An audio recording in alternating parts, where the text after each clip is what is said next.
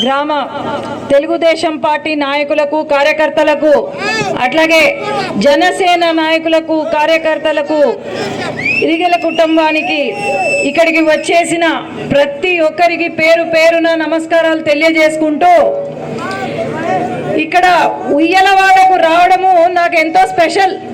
ఎందుకంటే ఇక్కడ పోచా బ్రహ్మానందరెడ్డి గారి సొంత ఊరు.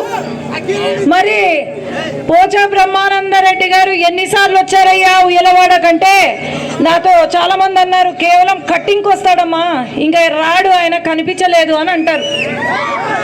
మరి ఎంపీ అభ్యర్థిగా ఎంపీ చాలా మెజారిటీతో గెలిపించారు ఆయనను, 2 లక్షల మెజారిటీతో. మరి ఎంత చేసి ఉండొచ్చు, సొంత గ్రామానికి ఎంత చేసి ఉండొచ్చు, నంద్యాల పార్లమెంట్కి ఎంత చేసి ఉండొచ్చు. ఈయన చేసిందంతా ఏమీ లేదు. ఒక 4 రోడ్లు సిమెంట్ రోడ్లు వేశారు, అట్లాగే కొన్ని గ్రామాలకు ఒక చిన్న రోడ్లు వేశారు తప్ప ఇంకేం లేదు. ఇక్కడ మనం గమనిస్తే రైతులు, ముఖ్యంగా రైతులు ఎంతో నష్టపోయారు. కనీసం సగం మంది అయినా శనగలు వేసుకున్నారా అన్న రైతులు ఇక్కడ ఆలోచన చేయండి. ఎందుకు నీళ్లు లేవు, సొంత ఊర్లో తాగడానికి నీళ్లు లేవు. తాగడానికి నీళ్లు అంటే బిందెకు 4 రూపాయలు అంట, అవునా? నిజమేనా?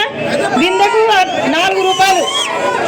అది మరి తాగడానికి నీళ్లు కూడా బిందె 4 రూపాయలకు అమ్ముతూ ఉంటే మరి వీళ్ళు ఏమి మళ్ళీ ఏ మొహం పెట్టుకొని ఓటేయడానికి అడుగుతారు?